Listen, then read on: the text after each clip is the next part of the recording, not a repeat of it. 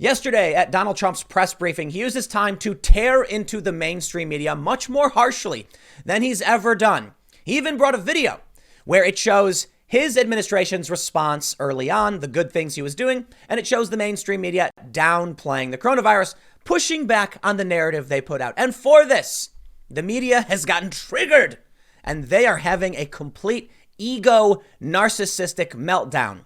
I love how they criticize Trump for all the same things they do.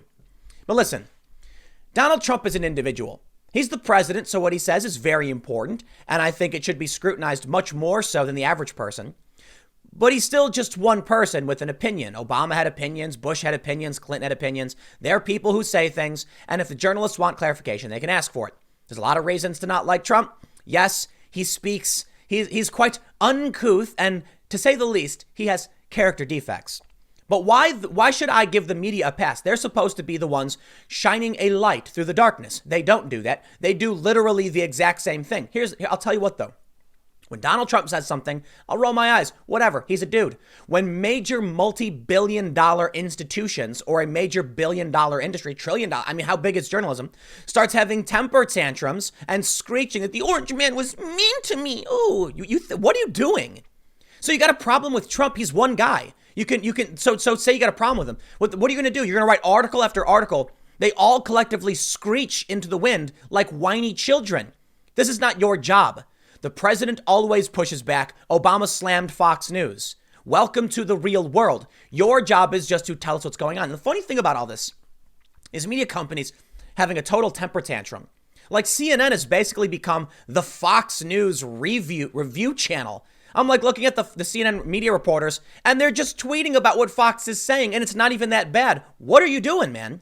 Grow up and start reporting the news, because you got some people from CNN trying to like make Fox look bad when Fox was actually just showing Trump's quotes while CNN was having a temper tantrum, whiny baby meltdown. Let me show you what we got here. Here's from The Guardian. I got a couple stories I pulled up. Wounded by media scrutiny, Trump turned a briefing into a presidential tantrum. Sure, maybe. I don't care. But Guardian, this isn't an opinion piece. This is an actual news article from your politics section. Calling it a presidential tantrum is an opinion. You can say Donald Trump used his time to give a scathing rebuke of the press. You could say Donald Trump slams media. You could say Donald Trump uses press briefing to criticize media. Those are all statements of fact. Saying that he had a presidential tantrum is an editorialization. Why don't you label it such? Oh, it's because you're having a whiny baby tantrum too. Is that it? Check this one out. The Washington Post politics section. The me president. Trump uses pandemic briefing to focus on himself. Come on.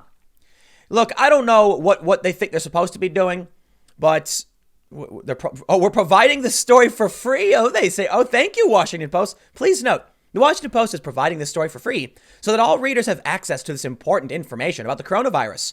You pathetic, whiny babies having a temper tantrum.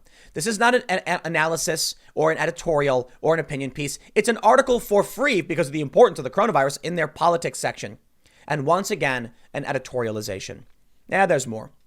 CNN almost gets close, saying, fact check, a list of the false claims from Trump's bitter coronavirus briefing. That's the best I've seen so far. I guess you could call it bitter, but that's still an editorialization. Fine, I'll give CNN a pass on this one. It's an adjective. But wait till you see the tweets from what they did on TV. And then, of course, we have this video from The Guardian, the coronavirus propaganda video Trump played to the media.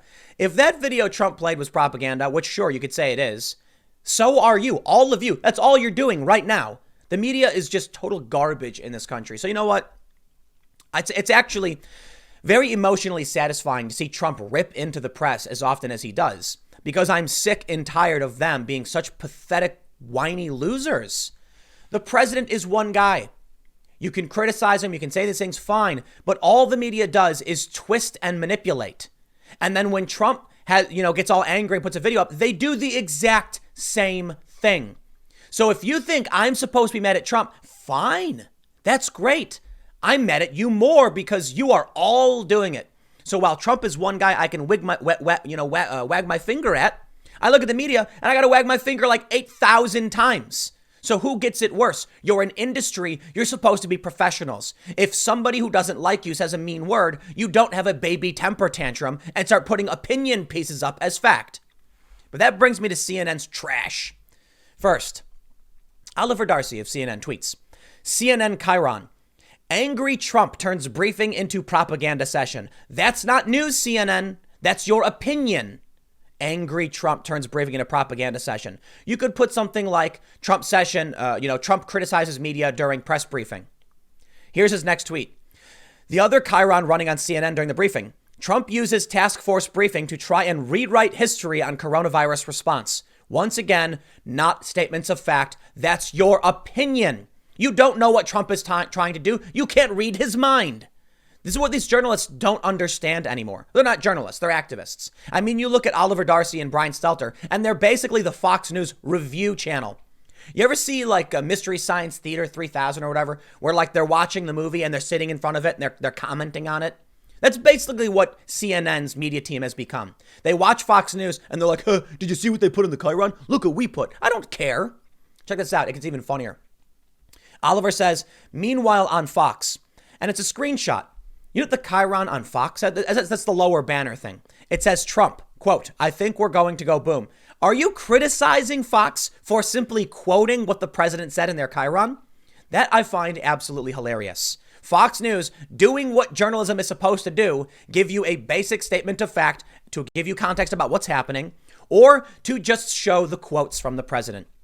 But of course, CNN wants you to editorialize. You must agree with our opinions. Otherwise, we're going to cry all day. Aw, poor babies. Here we go. Here's what I tweeted about Stelter and Darcy. Why are we getting a play-by-play of Fox's banners? Trump did say, so let me show you the actual tweet before, the tweet Brian Stelter tweeted out. Fox banner, quote, Trump says he has authority to reopen states. Fox guest, Judge Napolitano. The governors have the authority, 10th Amendment, constitutional law, etc. Fox adjusts the banner, who has authority to reopen the states. Why are you tweeting this to me, Brian Stelter? I know you're not tweeting it to me, but why are you tweeting it at all? So let me get this straight. Fox quotes Trump or paraphrases what Trump said, which is the journalistic thing to do. Trump says he has the authority to reopen the states. A Fox guest, actually a contributor to the network, Judge Napolitano, says Trump is wrong.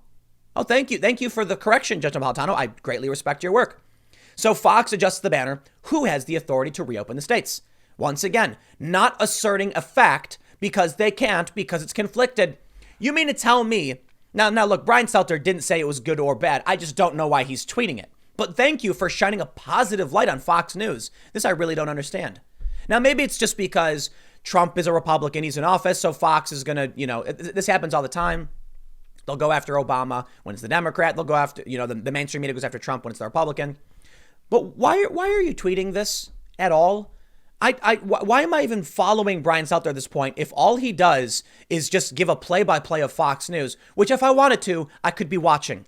Thank you for your effort. But then look what people say. It's like the responses to this are as though it's a negative thing. Like, Fox News, more like faux news. He didn't even say any criticisms of them. So here's what I responded with. Trump did say that. Napolitano challenged it. Fox changed it. What? CNN is becoming the Fox News review channel. Good work, guys. That's what you're doing. What am I supposed to think about this? You've got CNN, The Guardian, The New York Times. All these outlets are taking everything from Trump so personally, they are dancing like puppets on strings. Jon Stewart, the famous Jon Stewart, said in an interview that Trump attacks their narcissistic people. And so when Trump targets them, they take it personally, and then they go after Trump personally. You know why CNN did this? Did I pull these up already? Oh, I didn't actually show you the banners from CNN. I'm sorry. Look at this. 4 banners on CNN over the last 5 minutes. The first one, angry Trump turns briefing into propaganda session. The next one, Trump refuses to acknowledge any mistakes. Trump uses task force briefing to try and rewrite history on coronavirus response. Trump melts down in angry response to reports he ignored virus warnings. You know why CNN's doing this? These aren't statements of fact. These are opinions. Let me try and give you let me try and turn these chyrons into facts for the journalists who no longer are journalists, the activists who think that you are journalists. Angry Trump, first of all, get rid of angry. I mean, you don't necessarily need it. You say Trump uses briefing session to criticize press. There you go. You can say Trump is angry, I suppose. It's difficult, though, because trying to figure out the right way to describe an emotion could be editorializing. So Donald Trump criticizes press in briefing. There's the fact. How about this one? Trump refuses to acknowledge any mistakes is totally irrelevant. What could you say? Trump shows video of timeline, of administration effort. Other than that, it's editorialization. Here for the next one. Trump uses task to rewrite history. There you go. Same thing I already said. And the last one. Trump melts down in angry response to reports he ignored virus warning. Just get rid of that altogether. Has nothing to do with anything. You know why CNN's doing this? Because there's someone at CNN who's going, you said a mean thing about me. And they're getting all angry.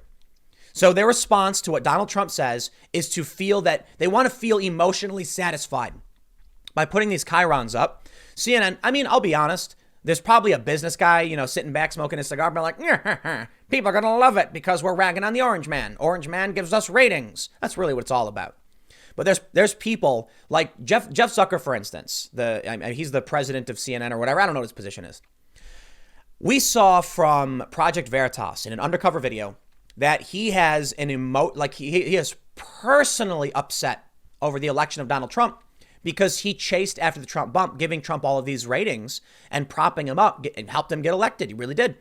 There were points apparently where CNN would just air Trump rallies in full because the ratings were so good. He loved it.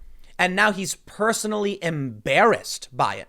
So he's an angry, whiny little crybaby who, instead of reporting the news now, has to feel good by going, look what I did. I showed you Trump. You said mean things about me. I'll say mean things about you. The media is supposed to be professional. Donald Trump can have a tantrum if he wants to have a tantrum. He can pout and complain about the press all day and night, all he wants. And the press should be professional.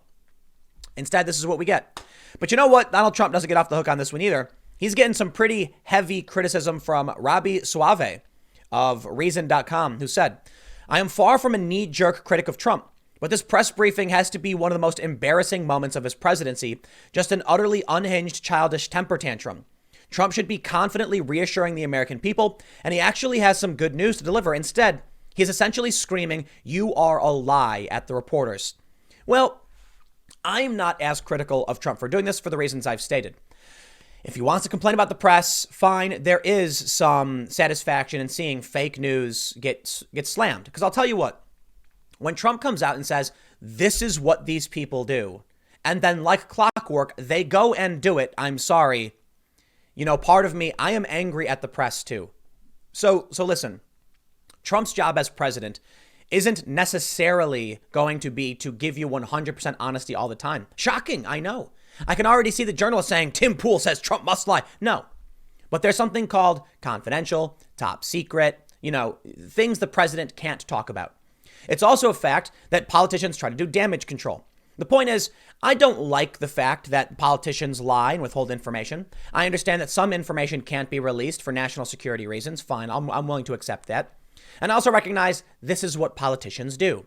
You see, as an adult, someone who is 34 and who has lived a life watching politicians lie, who has been told his entire life, politicians lie, I see Donald Trump and I see him lie. Now, I will tell you what, often he's wrong and they'll call it a lie. And then sometimes he lies and it seems absurd, like he lies about stupid things and then blurts out things that he probably should lie about. The most famous one was when he came out at the helicopter news, like, we're going to sell all these weapons to Saudi Arabia. They're going to pay great. It's awesome. And the anti-war left just collectively dropped their jaws, like he's saying the loud part quiet and the quiet part loud. The Intercept called him the most honest president we've ever had, simultaneously the most dishonest. So the point is, look, man, all presidents do this. I see nothing special when the media comes out and says Trump is lying again. I'm like, I don't care. Like, I get it, man. It's a journalist's job to not sit there and complain about the Orange Man, but to fact check what he is doing and saying. Instead of doing that, what do they say? They use their actual newspaper, not the opinion section, to write angry, pouty baby temper tantrums. So yes, Robbie, I can agree that Trump shouldn't be doing these things, but my end thought is, so what? It's Trump. We know who Trump is. We know what he does. There are many things he's done he should not have done, and I'm surprised he's done them. Of which, yes, having this knee-jerk, or whatever you want to call it, anti-press session, he shouldn't have done that. But you know what? He's probably frustrated because the press keeps lying. This is not how you solve the problem. It's what I refer to as the Chinese finger trap problem, right? Trump thinks, I know, I'll put on a video showing that I was right the whole time. Why? Who's going to show it to the American people? Now, it's fair to say Trump tweeted it out, so he's working to bypass them. I can respect that. This, you could have done better. I'm not, but ultimately, I just don't care. I know who Trump is as a person. I know the things he does. I know the things he says. He is crude and he is crass. Whatever. I'll get over it. But how are we supposed to function if the news industry is the exact same way? Then we're not getting real information. We're getting whiny temper tantrums. I have so much more to go through on this, but I think it's probably better if I save the next bits for another segment. But I'll just tell you what. You may have seen the New York Times the other day defending Joe Biden. This is why I actually like, within reason, Donald Trump slamming the press. Because the New York Times just protected the Biden campaign. And not just protected it. They were apparently, look what it says. New York Times executive editor appears to admit edit on Biden's sexual assault allegation came after pressure from the Biden campaign. And there it is. There's a lot of stories having to do with the media right now. Chris Cuomo, I believe it was, went on a rant about how he hates his job and finds no value in what he does. Hey, man, that's exactly what I'm talking about. The New York Times took 19 days to report on an accusation. No one's covering these accusations from Tara Reade, but they went nuts with Brett Kavanaugh. The media is a propaganda manipulation machine, and they're crying right now because Trump has called them out. That's really what it's all about, isn't it? I get it. You know what it is? They see a mirror in Donald Trump, and they don't like it. Everything that Trump is and is doing, he's a media guy just like they are, and they're angry because he's controlling the narrative better than they are. They see themselves and it disgusts them. They looked into a mirror and they saw it was on the other side. Their own twisted, disfigured, propagandistic faces. They do the exact same thing, man. The New York Times is not working to inform you. The New York Times writes articles to protect a credibly accused man, Joe Biden. But how many articles do they write about Brett Kavanaugh? In this breakdown, and my props, my respect to Ben Smith, formerly of BuzzFeed, I mean it. He actually asked a bunch of questions of Dean Baquet of the New York Times and pointing out that when Julie Swetnick accused Brett Kavanaugh, the same day the New York Times wrote a story about it. The same day. Where was the New York Times with Tara Reade? Nowhere to be found. Why? Because they are slime bag propaganda outlets. So while I can appreciate Ben Smith challenging Dean Baquet, the executive editor of the New York Times, I have to wonder why he would want to work for such an organization. Now, I get it. It's probably a good thing he's there if he's going to call him out like this. And now we get to see, the mask slip a little bit. But ultimately, I question why anyone would want to work for any of these companies when they lie like this. I didn't want to. It's why I didn't go back. I worked for Fusion, which is ABC News Univision. I thought that they were twisted people. They wanted me to side with the audience. Afterwards, I started going around to a bunch of these other digital, journalism companies. I had worked for Vice previously. Everybody wanted to hire me. And I saw the exact same thing at every single outlet. They are petulant, whiny children, and they only ever want to just push their feelings, instead of just telling you what's really going on. I understand the irony of me complaining and whining about the media, about how the media whines. But I'll make one thing clear for you. Yes, Tim Pool is a commentary channel. There is some journalistic work that comes with what I do. I fact check many of the stories I comment on. I call out the media for lying often. So I'm essentially, for the most part, a media critic and political commentator. But there is journalism in there, in that I try and find out what the source of their claims are and do general fact checking. But I would consider myself, for the most part, political commentary. And that means, like any other person with a political opinion or a cultural opinion, it's more cultural when I criticize the media, there's a difference between what the press is supposed to be doing and what an opinion columnist is doing. If these newspapers wrote op-eds that were like, we don't like what Trump did, I'd say, well, it's an opinion piece. What do you want to do? And often many outlets have opinion pieces from varying, political opinions. It happens. So I've even read op-eds from, CNN and said, there it is. CNN criticizing or CNN said op-eds praising the president periodically. But what I don't like is when they use news and claim it's fact to manipulate and to whine like little babies. That's what they're doing right now. Those articles weren't op-eds. It didn't say analysis. It said politics. They're supposed to be reporting, but they're injecting their opinions because Trump hurt their feelings and it makes them angry. So to satisfy their emotional drive, they do the same thing right back. They deserve each other. I'll tell you what, though. Again, Trump is a person. Trump has emotions. I'm not a big fan of his behavior, but I'm not going to cry that a president is, erratic or might lie or whatever. I don't care. The press isn't supposed to be doing that. But I'll tell you what, we don't have a press anymore. They are the same mirror image of everything they think they're criticizing. I'll leave it there. Next segment's coming up at 1 p.m. on this channel, and I will see you all then.